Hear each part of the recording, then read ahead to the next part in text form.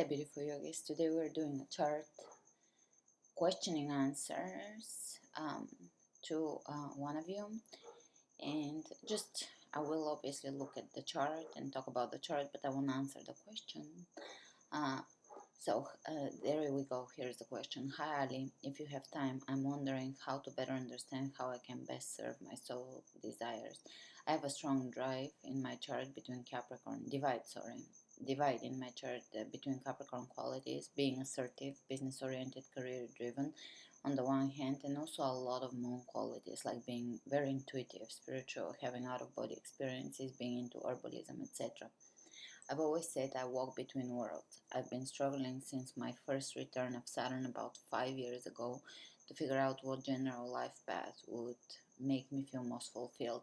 I think it is some combination of the two worlds, but I haven't quite grasped it.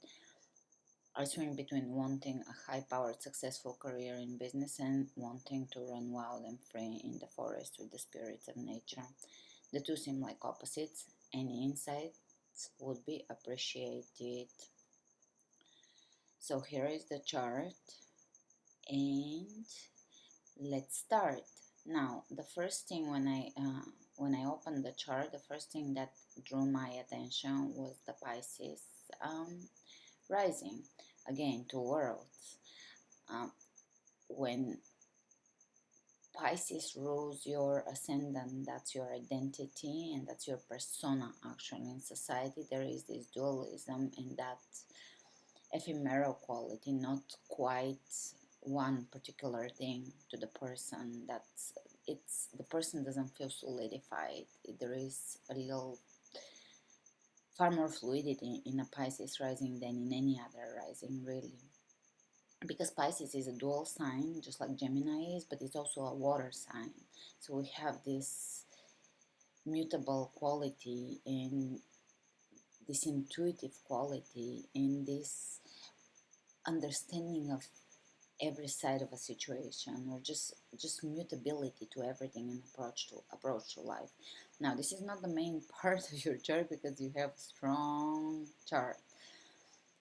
There is two things I want to talk about in this chart, and they're both equally important. First, we're going to the career sector, medium quality at the top of your chart, the beginning of 10th house.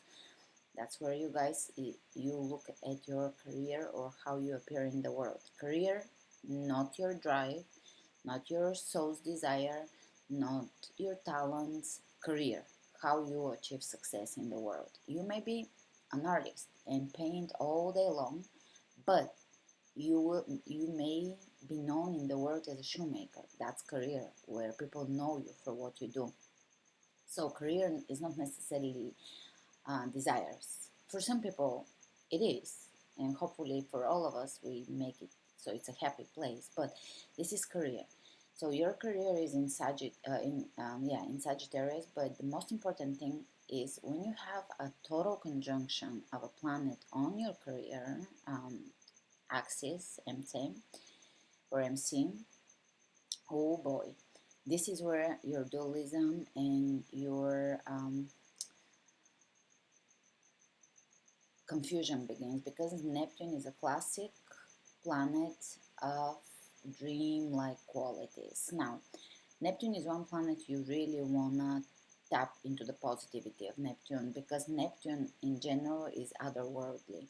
And if you're not spiritual, it will appear as a negative thing, as you're delusional, just confused, and so forth.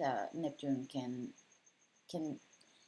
really create confusion around things, and especially in your situation around career, because it's right on the career. But if you tap into the positivity of anything, of any planet, then I see this. As soon as I looked at your chart, I thought this is the chart of a psychic. This is a chart of someone that is absolutely creative, artistic, and a psychic. But the thing is, Neptune, it can be a load, because you see other worlds. You see how not steady this reality is. With my 12th house, I get you.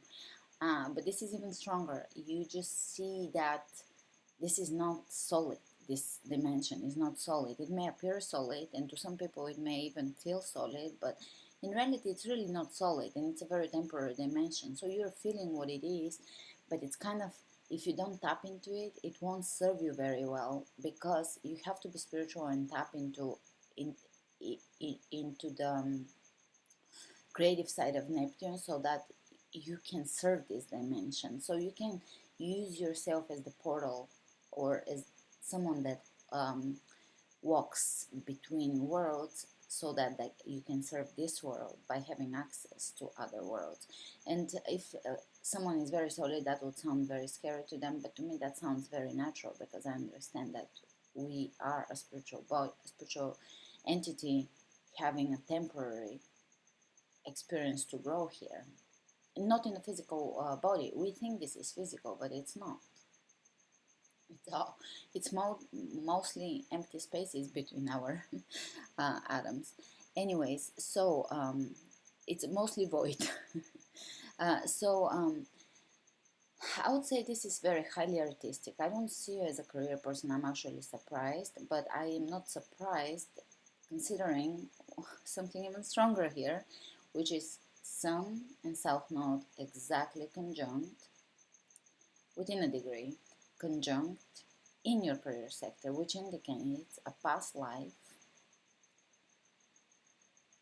of someone that was very successful, someone that was very at the top of society, maybe in the government, or something very, very 10th house, something that's maybe government work, or someone kind of famous in their society, someone that was just at the top of society. So that should come to you more naturally in the first part of your life, because it's also conjunct your sun. You were realized, your ego in past life was realized, you were known as a persona, personality, your identity was realized in past life. So in this life you come in with that realization, only that this is your past. You're not going towards this.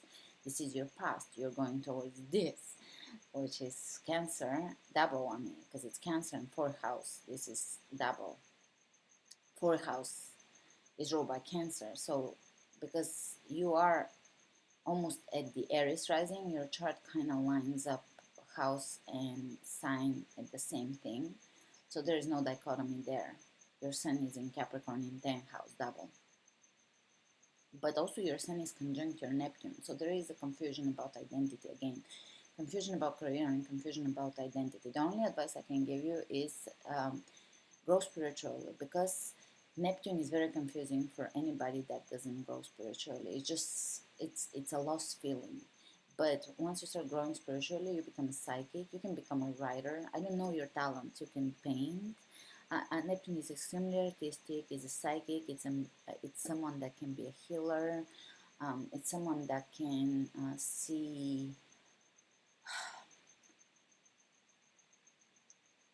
the unseen. Let's say that. See the unseen. Yeah, just tap into the unseen. So to me, it's a beautiful thing as long as the person is ready to grow. So that's why I would never be a chart reader, because every chart is just depends on the person. Everything is still depends on the soul. We do pick our chart at birth or at conception or before that. We choose what to come with and what to work on. So those are our choices, but a chart can be any part of the chart you can activate, or you can work from a different level on your chart. So for me, to just look at the chart, I wouldn't know enough. I would kind of see tendencies, but I wouldn't know how it plays out in reality unless the person asked me this particular type of question. I would see Neptune on the career, and Sun conjunct South Node, Sun conjunct Neptune. Those are your homework things. You can look those up, all those up. Now you have Venus in your career sector as well. Another reason to be artistic in your career. I don't see you as someone that is gonna be just the top of a corporation, the head of a corporation. That's your past. I see you as an artist, as a psychic, as a healer, as someone that can, maybe even a writer, someone with great imagination, someone that can use that mind for something very creative and interesting. Um, Now, or even more interesting, that could also be fame through Neptune here, Black Moon conjunct Mercury. That could be fame through writing as well. Very well, it could be that.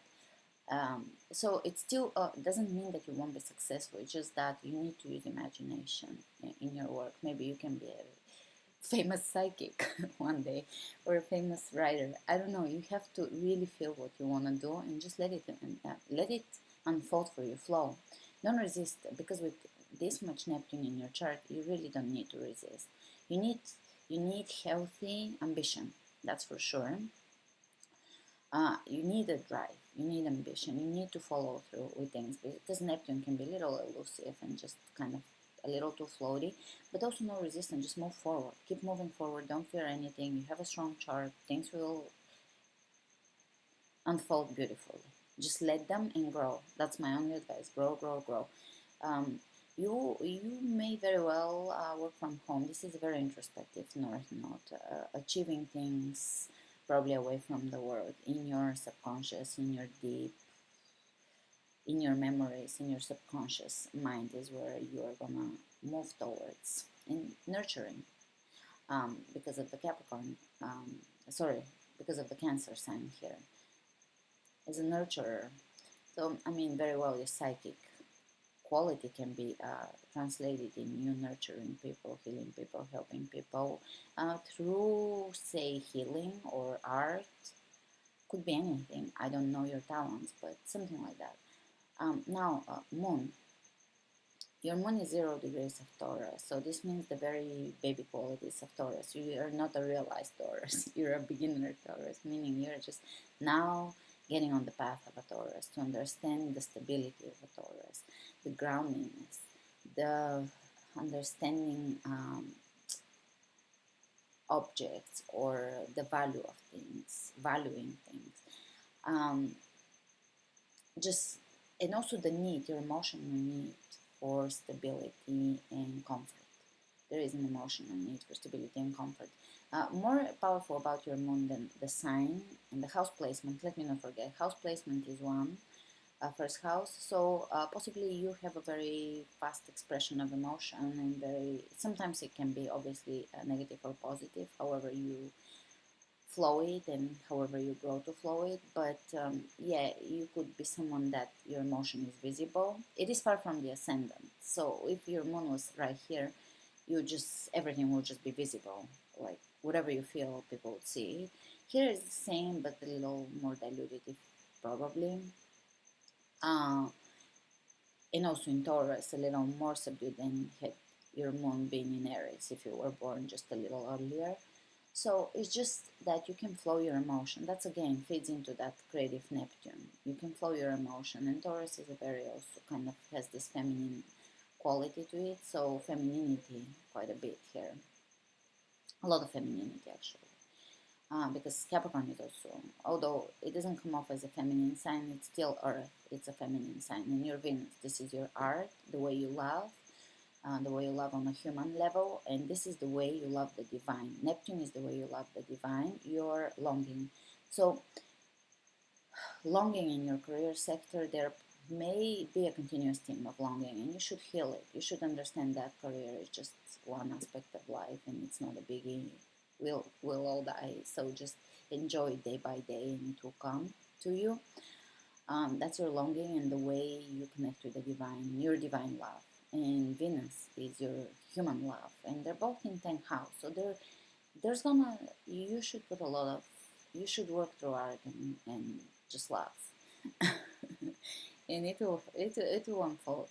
Um, it just seems that you were in the past a known person, and your sun is very close to Neptune. It's also conjunction, so there is confusion about persona, but more so conjunction about path and career. Now, the moon is opposite Saturn and is opposite Pluto. That kind of shows a little restriction as how you flow your emotion, and maybe in your child there was that restriction, childhood, sorry.